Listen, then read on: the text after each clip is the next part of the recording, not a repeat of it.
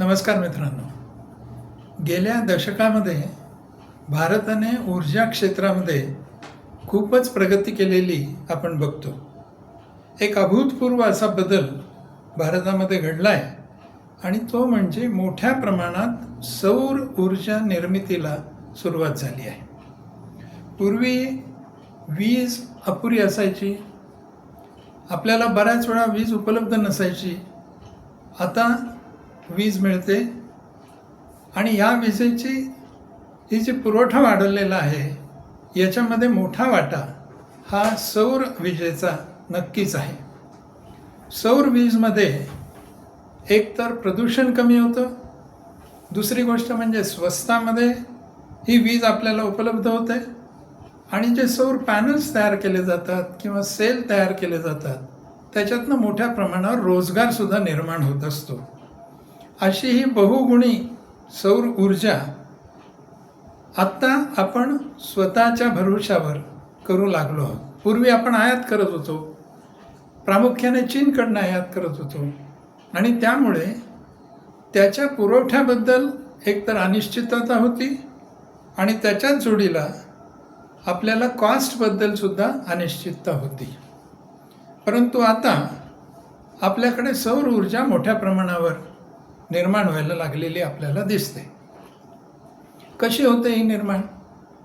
आपल्याला माहिती आहे की सोलर सेल्स असतात जे प्रामुख्याने सिलिकॉनपासून तयार केले जातात आणि या सेल्सच्या माध्यमातून सूर्याची उष्णता ही ऊर्जेमध्ये परिवर्तित केली जाते.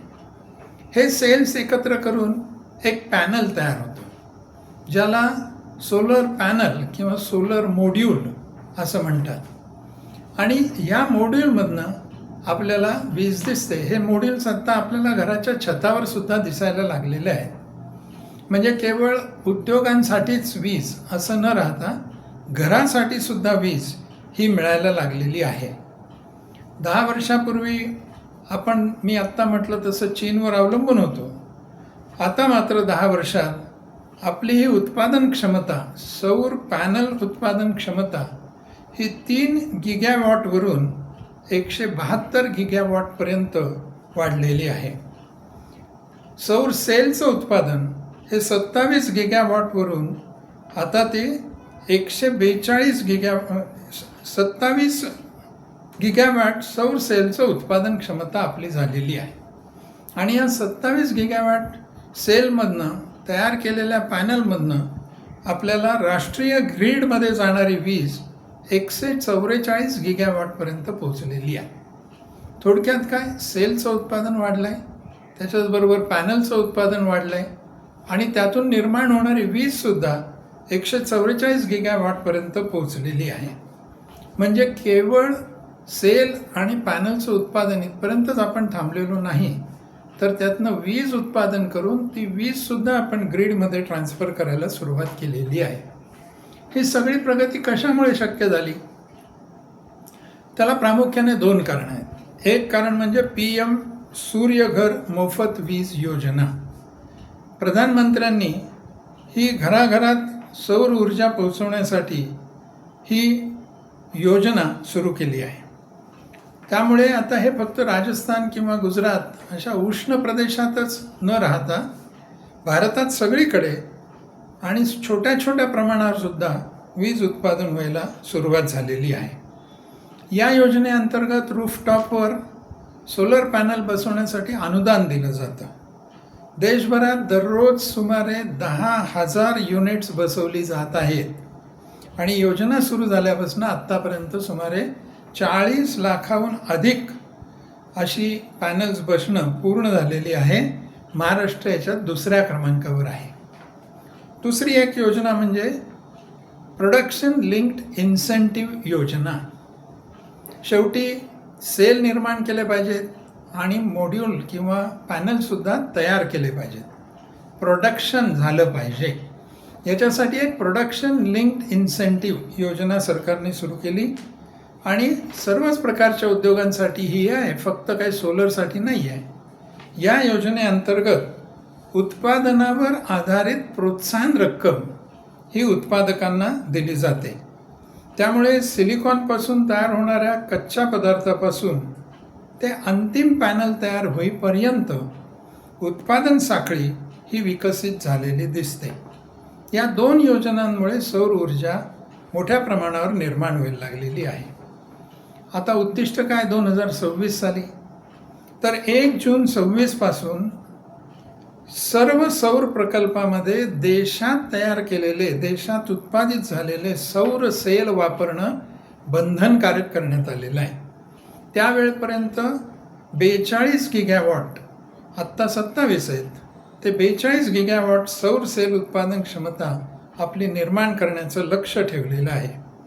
हे जर पूर्ण झालं तर जागतिक पुरवठा अडचणी आणि किंमतमधला चढ उतार याच्यापासून आपल्याला संरक्षण मिळू शकतं. हे उत्पादन सुरू झाल्यामुळे, त्यातून वीज सुरू झाल्यामुळे काय फायदा झाला आहे, कोणाचा फायदा झाला आहे? तर सगळ्यात पहिला फायदा झाला आहे म्हणजे तो सामान्य माणसाचा, कुटुंबाचा. कारण त्यांचं वीज बिल कमी होतं. स्वतःच्या घरावर पॅनल बसवायचं, तिथून वीज घ्यायची, ती वीज ग्रीडमध्ये द्यायची आणि मग आपल्याला तिथून वीज मिळते. त्यामुळे विजेची कॉस्ट ही कमी झालेली आहे. दुसरा फायदा झाला तो उद्योगांना स्थिर आणि स्वस्त अशी वीज मिळायला सुरुवात झालेली आहे. सेलचं उत्पादन आणि पॅनलचं उत्पादन भारतात मोठ्या प्रमाणावर सुरू झाल्यामुळे रोजगार निर्मिती झाली आणि अनेक कामगारांना रोजगार मिळाला. सगळ्यात मोठा फायदा जो लॉंग टर्मचा आहे तो म्हणजे आगामी पिढ्यांसाठी स्वच्छ आणि सुरक्षित पर्यावरण राहील. कारण ही वीज उत्पादन होताना पर्यावरणाचा ऱ्हास होत नाही. थोडक्यात काय, तर 172 गिगावॉट हा केवळ एक आकडा न राहता भारताच्या ऊर्जा व्यवस्थेतील व्यापक आणि सकारात्मक एक परिवर्तनाची ही कहाणी आहे. हे सगळीकडे प्रोत्साहन आत्ता आपण बघितलं, पण आता काही त्याच्यात अडथळा निर्माण झाला आहे का? तर एक नवीन वीज अधिनियम 2026 आत्ता जारी झाला आहे आणि त्याच्याने काही अडचण निर्माण होण्याची शक्यता आपल्याला समोर आलेली आहे. बघा आता काय होतं, सेल तयार झाले, पॅनल तयार झाले, ते तुम्ही बसवले, त्याच्यातनं वीज उत्पादन सुरू झालं. आता ती वीज उत्पादित झाल्यावर ग्रीडमध्ये द्यावी लागते किंवा वापरावी लागते. आता ही ग्रीडमध्ये जर दिली तर 1 युनिट ग्रीडला दिली तर तुम्हाला 1 युनिट वीज वापरायचा अधिकार त्याच्यातनं मिळतो. आता हे बिलिंग कसं होतं किंवा तुम्ही तयार केलेली वीज ग्रीडला दिल्यानंतर तुम्हाला वापरता येते, कशी वापरता येते? तर याच्यात 2 प्रकार या नवीन वीज अधिनियम 2026 आले. पहिल्याला म्हणतात नेट युनिट पद्धत. नेट युनिट म्हणजे काय, तुम्ही जेवढे युनिट्स दिले ग्रीडमध्ये तेवढे युनिट्स तुम्ही फ्रीमध्ये वापरू शकता. याला म्हणायचं नेट युनिट बिलिंग. समजा मी 300 युनिट तयार केले आणि 200च वापरले तर 200साठी मला बिलिंग नाही, रक्कम भरायची नाही. उलट माझे जे 100 एक्स्ट्रा युनिट मी ग्रीडला दिले ते पुढे कॅरी फॉरवर्ड होतील आणि पुढच्या महिन्यात मला ते वापरता येतील, त्याच्या पुढच्या महिन्यात मला वापरता येतील. याला म्हणायचं नेट युनिटचं बिलिंग. वर्षाच्या अखेरीस जो काही सरप्लस असेल त्याचे मला पैसे ₹2.82 प्रमाणे प्रति युनिटला मिळतील. याला म्हणायचं नेट बिलिंग. दुसरा एक जो प्रकार आहे त्याच्यामध्ये काय, तर ते आहे नेट बिलिंग. आता हे नेट बिलिंग पहिलं जे आहे त्याला टेक्निकली म्हणतात नेट मीटरिंग, म्हणजे युनिटप्रमाणे त्याचा हिशोब होणार. मीटरमध्ये किती युनिट दिले, मीटरमध्ये किती युनिट वापरले, याच्यावर बिलिंग, नेट मीटरिंग. आणि दुसरं आहे ते नेट बिलिंग. बिलिंग म्हणजे रुपयात, मीटरिंग म्हणजे युनिटमध्ये. तर नेट बिलिंगमध्ये काय होणार, तुम्ही जेवढ्या रुपयांची वीज दिली ग्रीडमध्ये तेवढ्या रुपयांची वीज तुम्हाला वापरायला परवानगी आहे. आता ह्या रुपयांमध्ये काय फरक होतो बघूया. तुम्ही जेव्हा ग्रीडला वीज देता त्यावेळेला ती ₹2.82 प्रमाणे आहे आणि जेव्हा ग्रीडमधनं वीज घेता त्यावेळेला तिचा दर ₹7 पासून ₹10.5 पर्यंत हा किती युनिट्स वापरले त्यानुसार आकारला जातो. म्हणजेच थोडक्यात काय झालं, वीज मी तयार केली, ती मी ग्रीडला दिली, देताना 282 दिली आणि घेताना मात्र 7 रुपये ते 10 रुपये या दरामध्ये मला त्याचं बिलिंग झालं. म्हणजेच मी वीज तयार करून सुद्धा मला त्या विजेवर अधिकचा आकार भरणं, 282 आणि 7 ते 10 रुपये यातला फरक हा मला भरणं आवश्यक झाला. कारण नेट मीटरिंग या पद्धतीने हिशोब न करता नेट बिलिंग या पद्धतीने हिशोब केला जातो. ही एक अडचण आता निर्माण झाली आहे. आणि दुसरी एक अडचण निर्माण झाली आहे ती म्हणजे टाईम ऑफ डे नावाचा एक प्रकार या अधिनियमामध्ये आला आहे. आणि टाईम ऑफ डे म्हणजे काय, तर सकाळी 7 पासून संध्याकाळी 5 वाजेपर्यंत जर विजेचा वापर केला तर त्याच्यासाठी ग्रीडमधनं घेतलेल्या विजेला कमी दर लागणार आहे आणि 5 नंतर जर वीज वापरली तर त्याच्यासाठी वापरलेल्या विजेला जास्ती दर लागणार आहे. आता कल्पना करा, उद्योग असतील, हॉटेल्स असतील, कारखाने असतील, या सगळ्यांना खरं तर रात्रीच जास्ती वीज लागत असते. त्यामुळे रात्रीचा विजेचा दर जास्ती. मीच वीज तयार केली आहे पण माझी वीज 5 वाजेपर्यंत तेवढे युनिट्स वापरून झालेले नाहीत. मी जर 5 नंतर वापरायला लागलो तर माझं नेट बिलिंग या संकल्पनेप्रमाणे बिल जास्ती रकमेने चार्ज होणार, कारण पर युनिट रेट जास्ती आहे.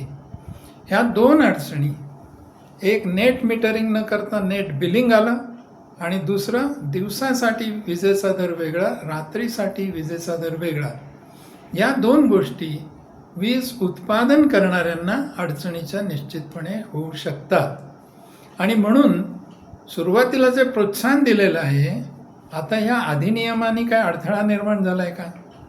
कल्पना करा, ज्यांनी ऑलरेडी खूप मोठी इन्व्हेस्टमेंट याच्यामध्ये केली आहे वीज उत्पादनासाठी सोलरच्या पॅनलमध्ये, त्यांना स्वाभाविकपणे आता थोडी अधिक रक्कम भरावी लागेल.